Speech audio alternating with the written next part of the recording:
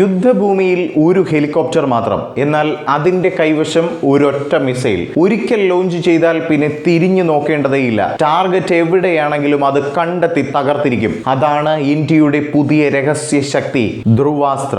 ആഴത്തിൽ തന്നെ പരിശോധിക്കാം. Let's check in detail. Welcome to the point. ഇന്നത്തെ യുദ്ധങ്ങളുടെ സ്വഭാവം പൂർണ്ണമായും മാറിയിരിക്കുകയാണ്. പഴയ കാലത്തതുപോലെ നേരിട്ട് ഏറ്റുമുട്ടലുകൾ മാത്രമല്ല, ഇപ്പോൾ പ്രെസിഷൻ, ടെക്നോളജി, സ്പീഡ്, ഇതാണ് എല്ലാം നിർണ്ണയിക്കുന്നത്. ഈ സാഹചര്യത്തിലാണ് ഇന്ത്യ സ്വന്തമായി വികസിപ്പിച്ചെടുത്ത ഒരു അത്യാധുനിക മിസൈൽ വീണ്ടും ശ്രദ്ധ നേടുന്നത്. ഹെലികോപ്റ്ററിൽ നിന്ന് തന്നെ ലോഞ്ച് ചെയ്യാൻ കഴിയുന്ന, അതും ഫയർ ആൻഡ് ഫോർഗെറ്റ് കേപ്പബിലിറ്റി ഉള്ള ഒരു third generation anti tank missile. അത് തന്നെയാണ് ധ്രുവാസ്ത്ര. ധ്രുവാസ്ത്രയുടെ കഥ ഇന്നല്ല തുടങ്ങുന്നത്. ഇത് ഇന്ത്യയുടെ ദീർഘകാല പ്രതിരോധ സ്വപ്നത്തിന്റെ ഭാഗം കൂടിയാണ്. 80കളിൽ ആരംഭിച്ച integrated guided missile development program എന്ന പദ്ധതിയിൽ നിന്നാണ് ഈ യാത്ര തുടങ്ങുന്നത്. അന്നത്തെ നേതൃത്വത്തിൽ ഉണ്ടായിരുന്ന APJ അബ്ദുൽ കലാം ഇന്ത്യക്ക് സ്വന്തമായി ഒരു മോഡേൺ മിസൈൽ സിസ്റ്റം നിർമ്മിക്കണമെന്ന ലക്ഷ്യം വെച്ചു. ആ സ്വപ്നത്തിന്റെ ആദ്യ രൂപമായിരുന്നു നാഗ് മിസൈൽ. കാലക്രമേണ അതിന്റെ പല വെർഷനുകളും ഉണ്ടായി. ലാൻഡ് ബേസ്, വെഹിക്കിൾ മൗണ്ടഡ്, മാൻ പോർട്ടബിൾ. അവയിൽ നിന്നുമാണ് ഇന്ന് നമ്മൾ നിർമ്മിക്കുന്ന ധ്രുവാസ്ത്ര വികസിപ്പിച്ചെടുത്തിരിക്കുന്നത്.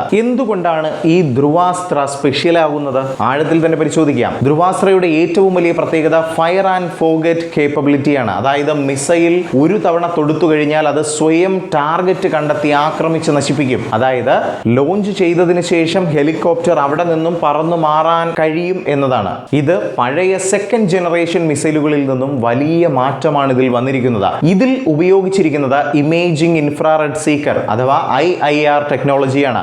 ഇത് ടാർഗറ്റിനെ ഡേയും നൈറ്റും തിരിച്ചറിയാൻ സഹായിക്കും. കൂടാതെ പലതരത്തിലുള്ള ഇലക്ട്രോണിക് കൗണ്ടർ മെഷേഴ്സിനെ പോലും ഈ മിസൈലുകൾ മറികടക്കുമെന്നതും ഇതിന്റെ വലിയ പോസിറ്റീവ് സൈഡാണ്. ധ്രുവാസ്ത്രയ്ക്ക് 2 അറ്റാക്ക് മോഡുകളുണ്ട്. Direct attack, top attack. ഇവയിൽ ടോപ്പ് അറ്റാക്ക് ആണ് ഏറ്റവും ഭീകരം. കാരണം ഒരു ടാങ്കിന്റെ ഏറ്റവും ബലഹീന ഭാഗം മുകൾ ഭാഗം തന്നെയാണ്. ഈ മിസൈൽ ആദ്യം ഉയർന്ന് പിന്നെ ടാർഗറ്റിന് മുകളിലൂടെ ഡൈവ് ചെയ്താകും സ്ട്രൈക്ക് ചെയ്യുക. അതിന്റെ റേഞ്ച് ഏകദേശം 7 കിലോമീറ്റർ വരെ എത്തും. അതായത് ഹെലികോപ്റ്റർ സുരക്ഷിതമായ ദൂരത്ത് നിന്നുകൊണ്ട് തന്നെ ആക്രമണം നടത്താൻ കഴിയും. കൂടാതെ ഏകദേശം 800 മില്ലിമീറ്റർ ആർമർ പെനിട്രേഷൻ കേപ്പബിലിറ്റി ഉള്ളതായി റിപ്പോർട്ടുകൾ പറയുന്നുമുണ്ട്. അതുകൊണ്ട് തന്നെ മോഡേൺ ആർമേർഡ് വെഹിക്കിൾസിനെ പോലും ഇത് ചലഞ്ച് ചെയ്യാൻ കഴിയും എന്നതാണ്. ധ്രുവാസ്ത്രയെ പ്രത്യേകമായി ഒപ്റ്റിമൈസ് ചെയ്ത് ഹൈ ഓൾട്ടിറ്റ്യൂഡ് ഓപ്പറേഷന് വേണ്ടിയാണ് നിർമ്മിച്ചിരിക്കുന്നത്. അതായത് ഉയർന്ന പ്രതലങ്ങളിലുള്ള ഓപ്പറേഷനുകൾക്ക് വേണ്ടി. ഉദാഹരണത്തിന് ലഡാക്ക് പോലെയുള്ള പ്രദേശങ്ങളിൽ അവിടെ ഓക്സിജൻ വളരെ കുറവാണ്, ടെമ്പറേച്ചർ വളരെ താഴെയുമാണ്. ഇത്തരം സാഹചര്യങ്ങളിലും ഹെലികോപ്റ്ററിന്റെ പെർഫോമൻസ് കുറയാതെ പ്രവർത്തിക്കാൻ